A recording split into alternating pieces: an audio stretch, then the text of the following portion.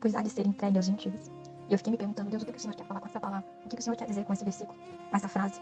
E Deus ministrou no meu coração que nós seremos entregues, muitas vezes, à medicina. Muitas vezes o médico vai olhar para você e vai dizer, não, não tem cura. Não, não é possível você ter um filho, não é possível você gerar, é impossível você conseguir gerar. Nós seremos entregues, aleluia, Jesus, muitas vezes, na nossa área financeira, que as pessoas vão dizer, mas onde está o teu Deus? O Deus que você clama, o Deus que você busca. E os gentios, aleluia, Jesus, são os limpos, que nos apontam, que o inimigo coloca no momento que a gente está mais fragilizado para nos apontar, para nos dizer, para nos questionar onde está o nosso Deus, onde está a nossa fé, ou porque estamos passando por essa dificuldade financeira, essa dificuldade na família, essa dificuldade no casamento, essa dificuldade na saúde, essa dificuldade dentro do trabalho. Se não foi Deus que preparou, por que Deus está permitindo isso? Mas aqui diz que nós, pois há de ser entregue aos gentios. Jesus foi entregue aos gentios, mesmo sendo santo, mesmo sendo fiel, mesmo operando milagres, mesmo vivendo segundo o coração de Deus, ele foi fiel, mas ainda assim ele foi entregue aos gentios.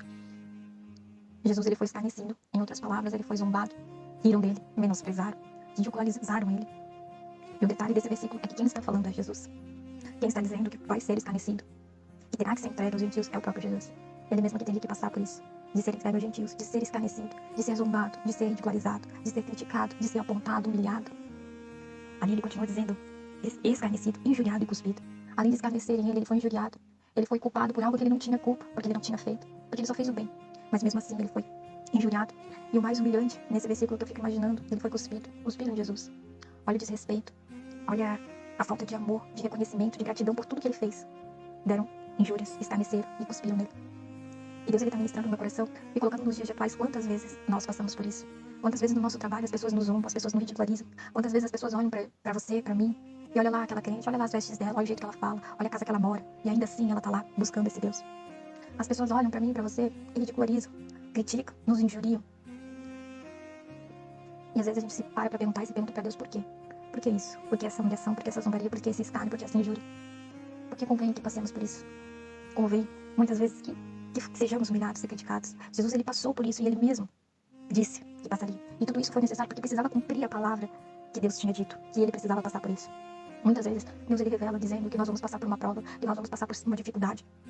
E na hora que nós recebemos essa palavra de Deus, esse aviso de Deus, nós não conseguimos imaginar o tão grande processo que vai ser essa prova.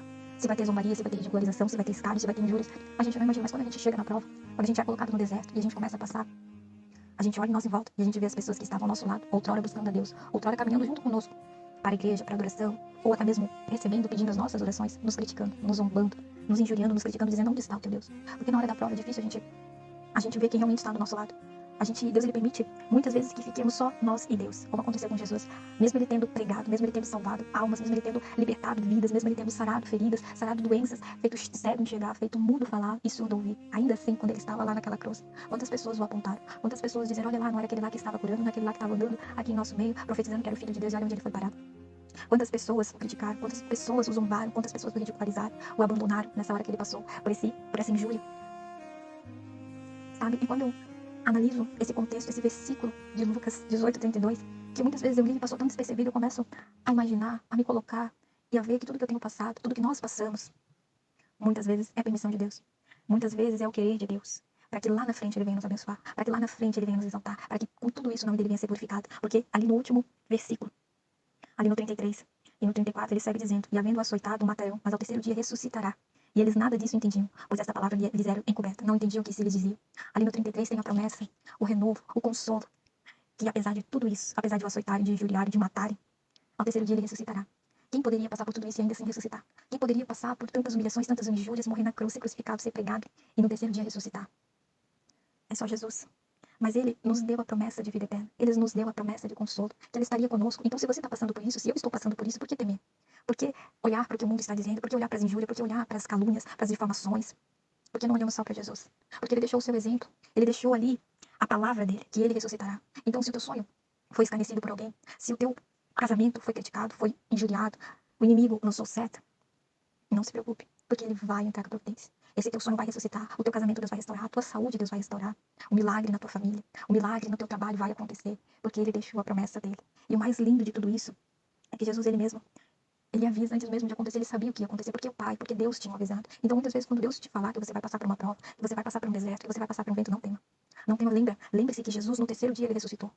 No terceiro dia ele estava lá, e todos aqueles que o escarneceram, todos aqueles que o injuriaram, todos aqueles que o criticaram, todos aqueles que disseram que ele não era o Filho de Deus, todos aqueles que disseram que ele estava morto, que ele tinha perdido, tiveram que reconhecer, tiveram que ver e viram que ele era o Filho de Deus.